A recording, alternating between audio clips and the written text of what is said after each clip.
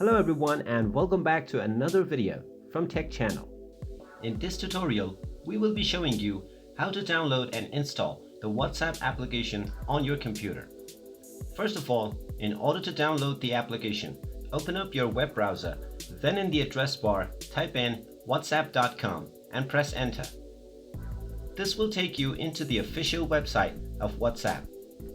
You can click on the download button to go into the download page. Now click on Download for Windows. This will begin the download of the WhatsApp application. Wait for the download to complete. Once the download is complete, open it up and the WhatsApp application will begin to install. Now in order to log into your WhatsApp account, just use your phone. Then go ahead and scan the QR code displayed on your PC. Once you do this, you will be logged in to your WhatsApp account on your PC as well. So that's how easy it is to log into your WhatsApp application on your PC. If you like this video, go ahead and give it a thumbs up. Also subscribe to our channel and don't forget to hit the notification bell so that you will always be reminded whenever we post a new video. Thank you for watching.